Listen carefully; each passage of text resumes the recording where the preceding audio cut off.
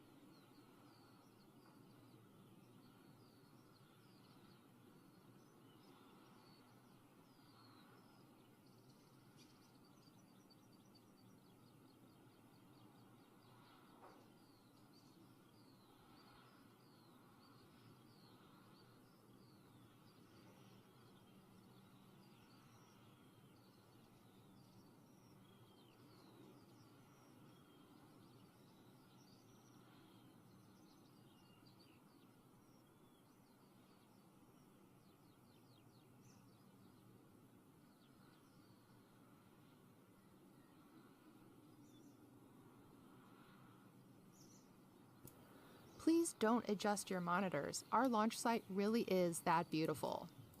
Since we have a little more time before liftoff, we can share some more information about the other payloads on board It's Business Time. The Cicero 10 spacecraft from GeoOptics, manifested by Tyvak, brings another commercial weather satellite onto Electron. Joining Cicero is the Irvine 01 spacecraft, built by a collection of high school students from 6 different schools in Irvine, California. This is the first in a series of CubeSats from the Irvine CubeSat STEM program, which gives students first-hand experience in spacecraft design, operation, construction, and exposure to payloads. The students in the program prepared a video to tell us more about Irvine 01's mission.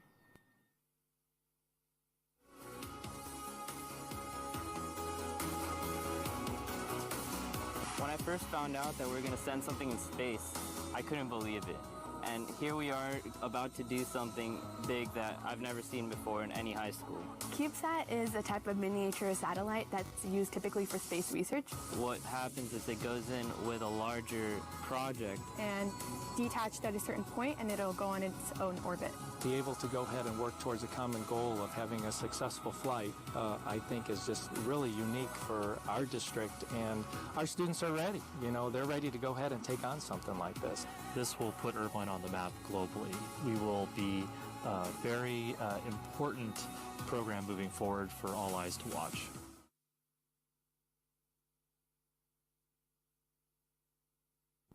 We also had a last-minute addition to the It's Business Time manifest. Australian company Fleet Space Technologies have 2 Proxima satellites on board.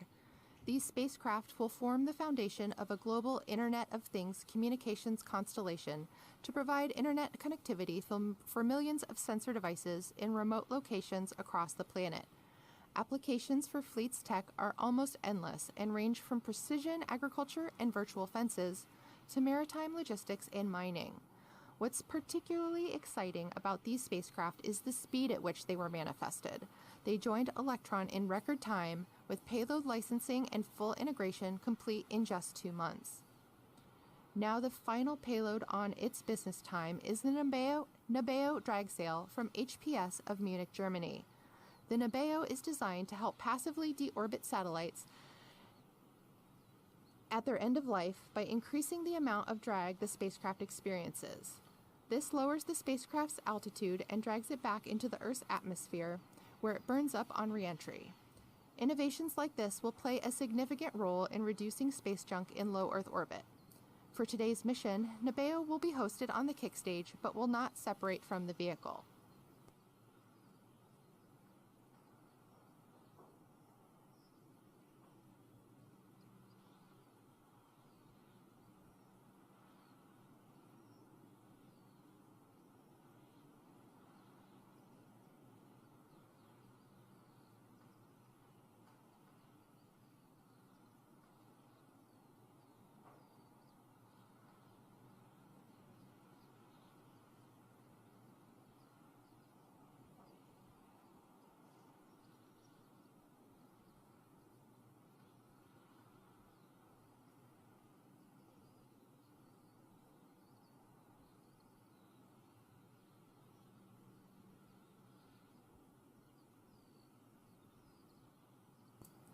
The count continues to proceed and currently remains go for launch.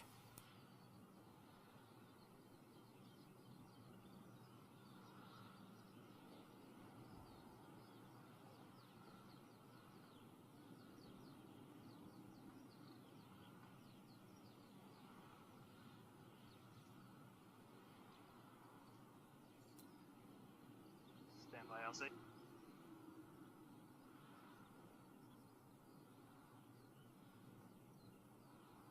Elsie, FTS mission code. Yes, I can confirm that FTS is green and go for launch. thank you. And to all operators, there should be no red While flag the when you launch Electron, from which you see on the launch pad, is launched in New Zealand, the majority of the vehicle, including the engines and avionics, are produced in Huntington Beach, California, in the United States.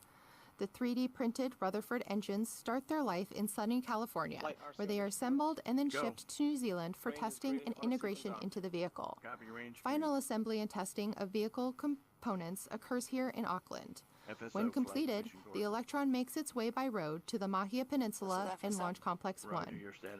Our launch site at LC-1 was designed by Rocket Lab and is the only privately operated FAA-licensed commercial launch range.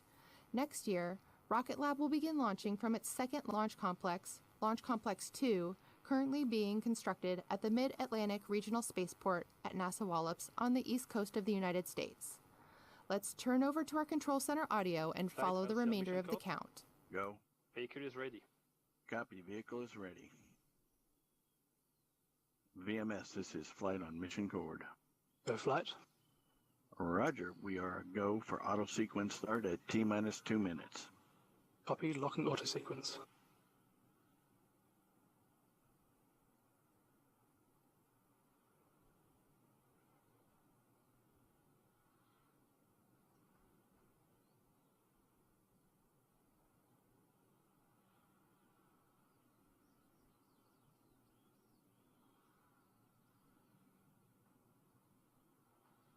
Three minutes and counting.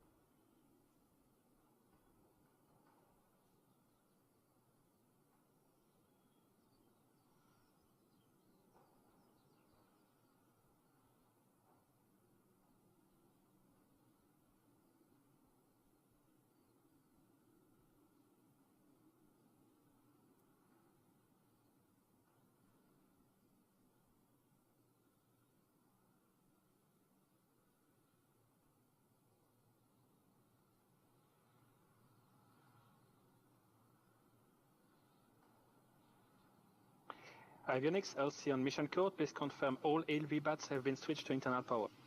Vectors on internal power. And RCO confirm ground power has been disabled on all 3 stages. I can confirm ground power is dropped on all stages. To all operators, vehicle is on internal power. Pressing locks.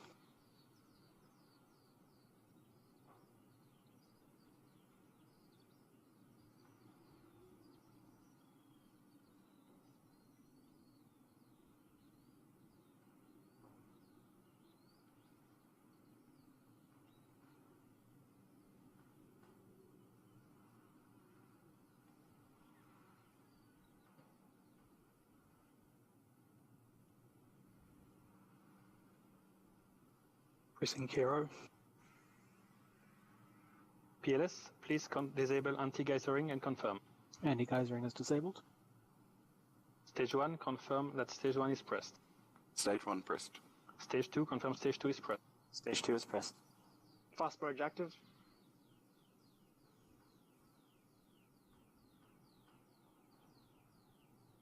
Deluge turning on.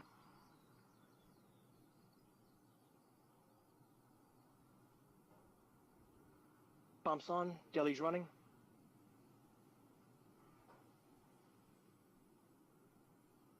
Setting GNC states.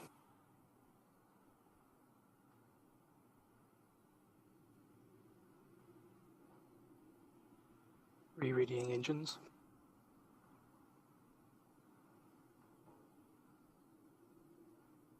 Flight mode. 10, 9, 8, 7, 6, 5, 4, Ignition. 3, 2, 1.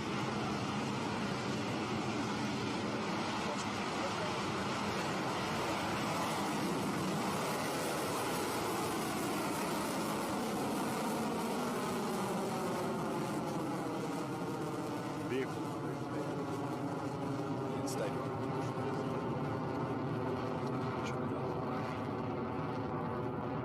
IRP traffic downrange.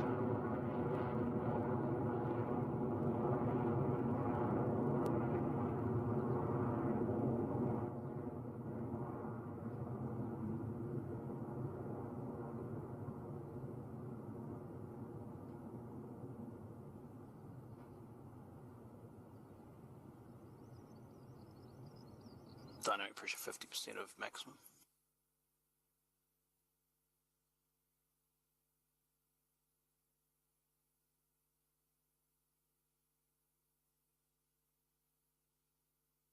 T plus 1 minute, flight is nominal.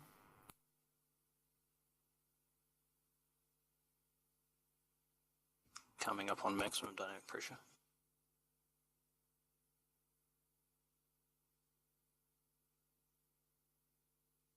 Max dynamic pressure.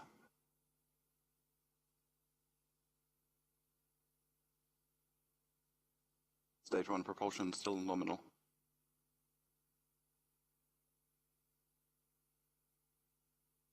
Altitude 20 kilometers. Guidance is nominal. Dynamic pressure has fallen to 50% of maximum.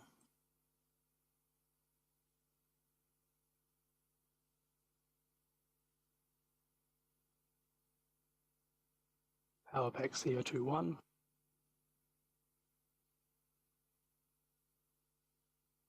AOS at Chatham's station. Minimize AOA.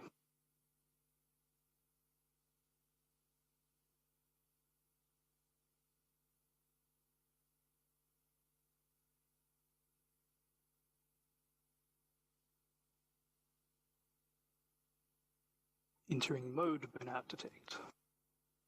Time to go 8 seconds. 5 seconds. 2 seconds. Stage 1 Miko. Separating. Stage 2 engine started. Propulsion nominal. Vehicle is stable.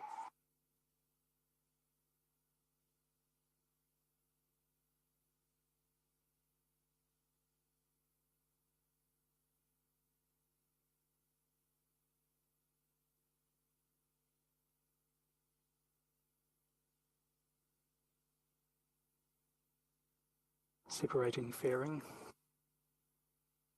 Fairing separation.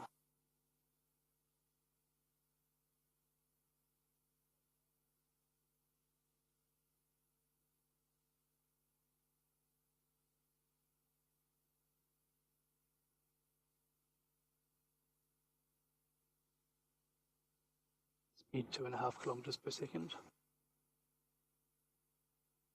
I'd be continuing to follow a nominal track.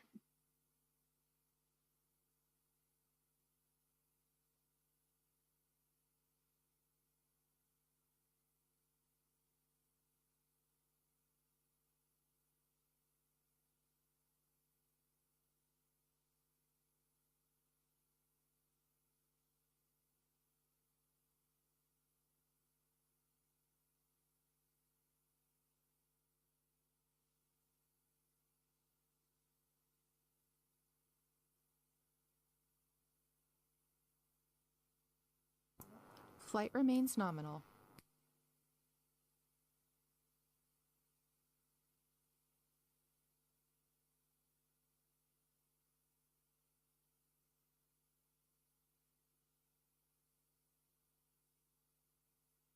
Stage 2 propulsion remains nominal.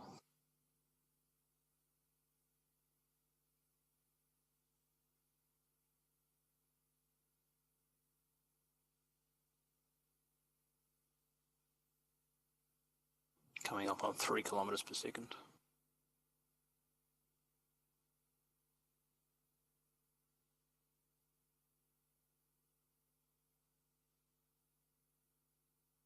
Altitude is 200 kilometers.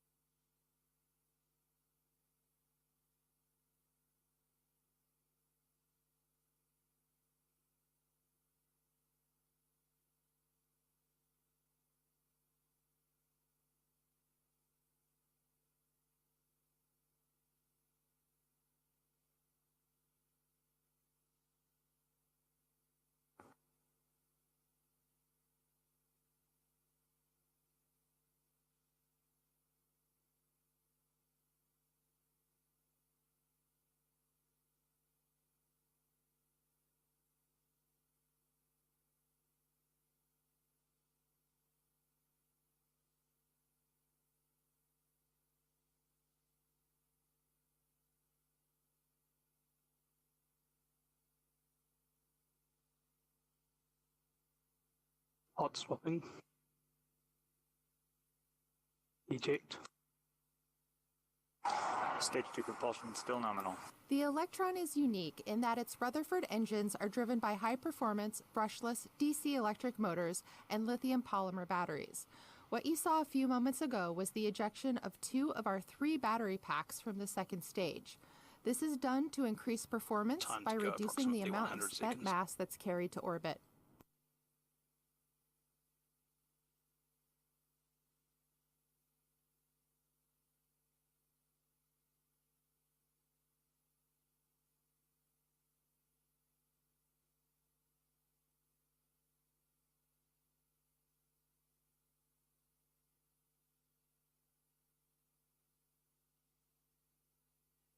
Flight failsafe is disabled. Flight copies. 60 seconds.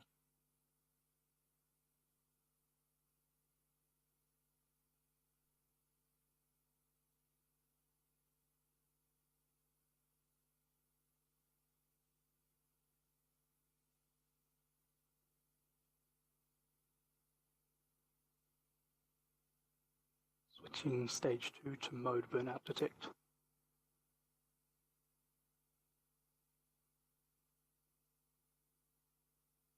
"20 seconds remaining.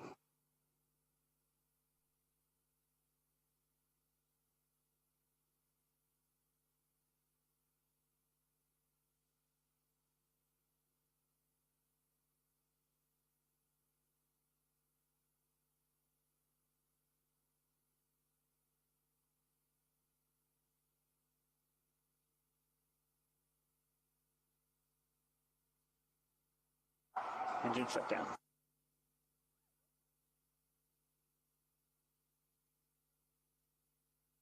Transfer orbit looks nominal. And that successfully completes the first half of our flight with a successful orbit injection. Electron's kick stage has separated from stage 2 and is now coasting as planned. The Electron kick stage makes up the final stage of the launch vehicle and provides Electron the capability to precisely inject customer payloads into their final designated orbit, as this graphic explains. Range copies, IP lifted. While stage 2 reaches an initial parking orbit, as shown here, the kick stage completes the mission. First, the kick stage is separated from Electron and then performs a 42-minute coast. At 51 minutes into the flight, the kick stage will be ignited and will circularize the orbit, at which point all of our customer payloads will be deployed.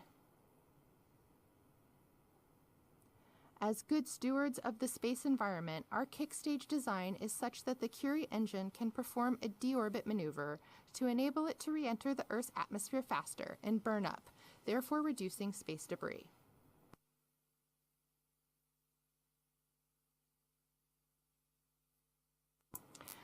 As the kick stage enters its coast phase, we're going to transition over to our tracking graphic, which will show the location of the kick stage as it coasts over the Earth. We are currently southeast of New Zealand, with the clock, and when the clock reaches T plus 45 minutes, we'll return with commentary coverage of payload deployment. If you've been staying up late to join us, now might be a good time for a power nap. If you're planning on staying awake, enjoy these sweet tunes from Tim Dodd, the Everyday Astronaut.